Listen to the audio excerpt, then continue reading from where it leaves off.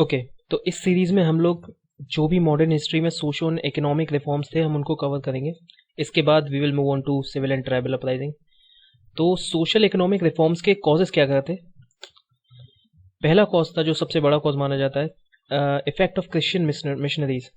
Christian missionaries में यहाँ Christianity को प्रीच करना बहुत ज़्यादा बढ़ा दिया था, जिससे कई सारे हिंदुओं को और जितने भी इंडिजिनियस कास्ट थी इंडिया की, उनको क्रिश्चियनिटी में कन्वर्ट किया जाता था, जो कि हमारे इंडियन स्कॉलर्स को बिल्कुल अच्छा नहीं लगा।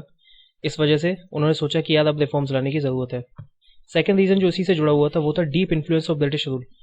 Indian societal culture and political and economic culture पे बहुत सारा जो ब्रिटिश रूल का इम्पैक्ट हो रहा था, उसको वो हटाना चाहते थे।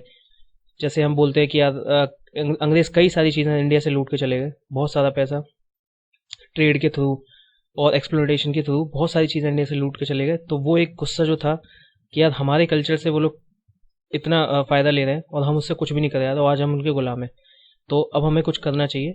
तो वो एक जो कंसाइसनेस था वो जागा और उनको लगा कि यार अब हमें रिफॉर्म्स लाने की ज़रूरत है।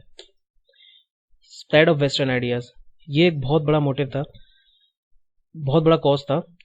जब हमारे यहाँ के जितने भी स्कॉलर्स थे वो लोग वेस्टर्न एजुकेशन जब लेकर आए, तो उन्हें लगा यार कि यार वेस्टर्न सोसाइटी कितना अच्छे थे, वेस्टर्न सोसाइटी में लोग कितना अच्छे से जीते हैं। उन्हें पता लगा ideas of liberalism, ideas of democracy, human rights, और इंडिया में हम लोग किस तरह से जीते हैं। तो उन्हें लगा कि यार इंडिया में भी हमें ये सब मिलना चाहिए, तो अब हमें ये चीज़ डिमांड करनी पड़ेगी। लास्ट एक कॉज था, Indian and European scholars made their contribution to glorify India's past. Indian scholars और जो अपने यूरोपियन स्कॉलर्स थे, उन्होंने कई सारी बुक्स ऐसे लिखी जिनको पढ़कर लोगों को लगा यार इंडिया का पास्ट कितना अच्छा था, मतलब अंग्रेजों से पहले हम कितने अच्छे से जीते थे, क्यों इंडिया को सोने की चिड़िया बोला जाता था, और इनके आने से आज हमारी हालत क्या है। तब लोगों को लगा कि यार हमें कुछ तो करना पड़ेगा और अपना वो स्टेटस वापस लाना पड़ेगा। सोशल अवेकनिंग के दो पार्ट्स हमें देखने को मिलते हैं मॉडर्न हिस्ट्री में, रिफॉर्मिस्ट एंड रिवाइवलिस्ट। रिफॉर्मिस्ट मानते थे कि यार वेस्टर्न जो आइडियाज़ हैं, वेस्टर्न एजुकेशन बहुत अच्छे हैं, जो लिबरलिज्म का आइडिया, डेमोक्रेसी का आइडिया, तो हमें इनको इंडियन सोसाइटी एंड कल्चर में इनकलकेट करना चाहिए। जबकि रिवाइवलिस्ट ये मानते थे कि यार हम जैसे थे पहले अच्छे थे, हम गलत करते थे सही करते थे, बट पहली वाली पोजीशन बहुत अच्छी थी, हमें वापस वही लौटना चाहिए। रिफॉर्मिस्ट में जो सबसे बड़ा नाम है वो है राजा राममोहन राय का। He is known as the father of modern India, father of Indian renaissance, a bridge between India's past and future, and also he was a gifted linguist. उन्हें बहुत सारी भाषाओं का ज्ञान था। वो बिलीव करते थे कि यार अगर हमें अपनी डिग्निटी और सोशल इक्वालिटी चाहिए तो हमें एक साइंटिफिक टेम्पर डेवलप करना पड़ेगा। बिना लॉजिक और बिना रीजनिंग से हम कुछ भी ऐसे ही फॉलो नहीं कर सकते। वो मानते थे कि गॉड एक है, तो ही believe in the policy of monotheism. उन्होंने वुमेन के लिए बहुत काम किया, डिफेंस सेक्टर्स में बहुत सारा काम किया, जो हम अभी आगे की स्लाइड्स में देखेंगे। उन्होंने दो सभाएं बनाई, पहला था आत्मीय सभा, दूसरा था ब्रह्म सभा। आत्मीय सभा की आइडियोलॉजीज क्या थी? वो बुक आत्मीय सभा मानता था Vedanta is based on reasons and logics. Vedanta कुछ concrete reasons and scientific logics पे बेस्ड है, और इसी के थ्रू, इसी को फॉलो करते हुए उन्होंने कई सारे कैंपेन्स भी चलाए, which was against idolatry, caste system, social ills. और ये बोलते थे कि वेदांता में जो मोनोथिज्म है हमें उसको प्रीच करना चाहिए। ब्रह्म सभा जो आगे चल के ब्रह्म समाज बन गया, उसका एक एजेंडा था टू प्योरीफाई हिंदुइज्म। हिंदुइज्म में जितनी भी कमियां हैं, लाइक सती, पॉलीगैमी, जो विडो के साथ जो हम करते हैं, वो सारी चीज़ें हटनी चाहिए। हिंदुइज्म मतलब जो खराबी है वो सारी हटानी चाहिए, जितनी भी अच्छी चीज़ें वो हमें रखनी चाहिए, और जो खराबी हटा के जो वेस्टर्न आइडियाज़ हैं हमें उनको इंक्लूड करना चाहिए अपने हिंदुइज्म में। तो ये चाहते थे हिंदुइज्म को प्योरीफाई किया जाए और मोनोथिज्म को प्रीच किया जाए। तो एज वी कैन सी, आत्मीय सभा एंड ब्रह्म समाज में एक चीज़ कॉमन थी, वो था मोनोथिज्म। ब्रह्म समाज के फीचर्स क्या थे? इन्होंने जो री इनकारनेशन की थ्योरी थी उसको सिरे से नकार दिया। उन्होंने बोला कि गॉड इज़ वन, ये कोई री इनकारनेशन, अवतार कुछ नहीं होता। उन्होंने क्रिटिसाइज किया कास्ट सिस्टम एंड डिस्क्रिमिनेशन को। उन्होंने कहा कि साहब रैशनैलिटी एंड लॉजिक से बात करोगे तब बात बनेगी, ऐसे ही किसी को आप ज्ञान बांटोगे उसको कोई नहीं मानने वाला। तो everyone should have a scientific temper. हमें क्वेश्चन पूछना चाहिए कि अगर वेदों में लिखा है तो क्यों लिखा है, ऐसे ही फॉलो करेंगे तो ऑब्वियसली कोई नहीं करेगा। एक वो मूवी आई थी ना, ओ माई गॉड, बस वैसे ही।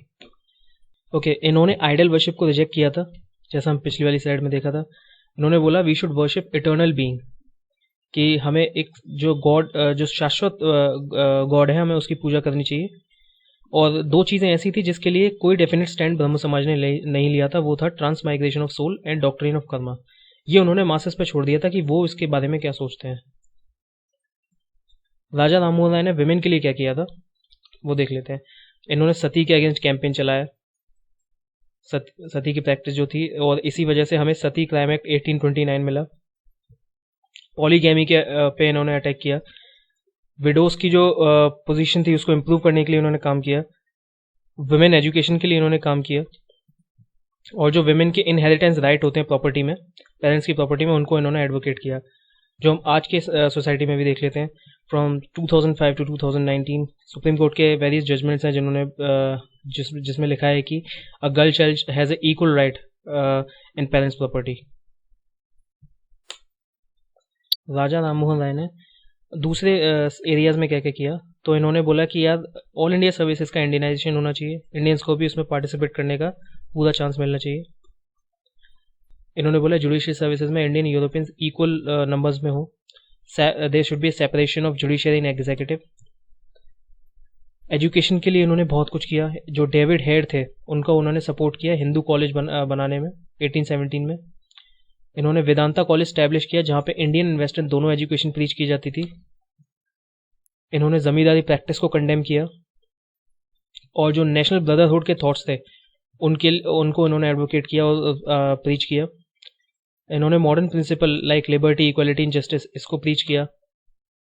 प्रेस रिफॉर्म्स के लिए इन्होंने बहुत काम किया, प्रेस के फ्रीडम के लिए काम किया। इन्होंने बंगाली, हिंदी एंड इंग्लिश में कई सारे जर्नल्स निकाले। इकोनॉमिक रिफॉर्म्स के लिए उन्होंने काम किया। ही सेड कि यार जितनी भी एक्सपोर्ट ड्यूटीज़ हैं इंडियन गुड्स पे उनको हटा देना चाहिए, और जो ईस्ट इंडिया कंपनीज के ट्रेडिंग राइट है उनको भी अबॉलिश कर देना चाहिए। इन्होंने Nepalese, Japanese and American revolution in सबको सपोर्ट किया। राजा राममोहन राय के ओपोनेंट कौन थे, तो हम जानते हैं राजा राममोहन राय वॉज अ रिफॉर्मिस्ट, और उनके ओपोनेंट जो भी होंगे वो रिवाइवलिस्ट होंगे। तो जो सबसे बड़े जो उनके ओपोनेंट थे, रिवाइवलिस्ट थे, वो थे राधाकांत देव। राधाकांत देव के बारे में भी हम इसी सीरीज में आगे पढ़ेंगे। तो अभी के लिए इस वीडियो में इतना ही। नेक्स्ट वीडियो में हम देवेंद्रनाथ टैगोर एंड केशव चंद्र सेन के बारे में पढ़ेंगे। So good bye.